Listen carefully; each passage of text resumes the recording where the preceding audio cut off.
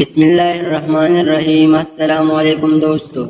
ایک دفعہ کا ذکر ہے کہ ایک بادشاہ تھا، بہت ظالم اور جابر قسم کا۔ وہ بہت مغرور بادشاہ تھا، اس سے اپنی طاقت پر بہت مان تھا۔ ایک دن جب وہ شکار پر گیا تو جنگل کے بیچوں بیچ گزرتے ہوئے جا رہا تھا کہ اس سے زمین پر کچھ حرکت دکھائی دی۔ غور کرنے پر معلوم ہوا کہ وہ ایک کیڑا غلاظت کر رہا تھا۔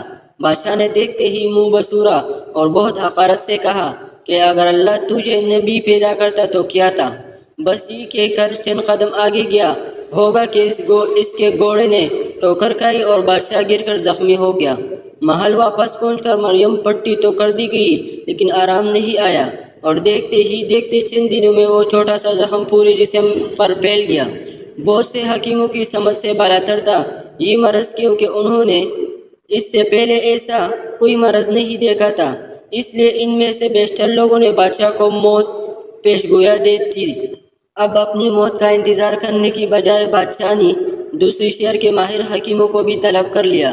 اسی دوران ایک حکیم نے بادشاہ کا غور سے معائنہ کیا تو بتایا کہ بادشاہ سلامت۔ اصل میں آپ جس جگہ گرے تھے وہاں کوئی غلاظت پڑی تھی جس کے جراثیم زخم میں لگے ہیں۔ اس کا ایک ہی حل ہے، جنگل سے محسوس قسم کا کیڑا ڈھونڈ کر اس سے زخم پر لگایا جائے۔ بادشاہ نے بغیر کسی انتظار کے صفائیوں کی زیر نگرانی حکیم کو جنگل روانہ کر دیا اور وہ کیڑا ڈھونڈ لایا۔ بادشاہ نے جب کیڑا دیکھا تو اس سے یاد آیا کہ وہ وہی کیڑا تھا جس سے حقارت بڑے لفظ بول کر اس نے اللہ کی تخلیق میں گستاخی کی تھی۔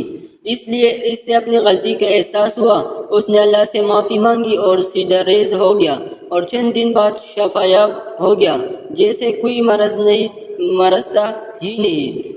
تو دوستو، اس کہانی سے ہمیں یہ سبق ملتا ہے کہ اللہ نے اس دنیا میں بے شک کوئی بھی چیز بیکار یا بے مقصد نہیں کی۔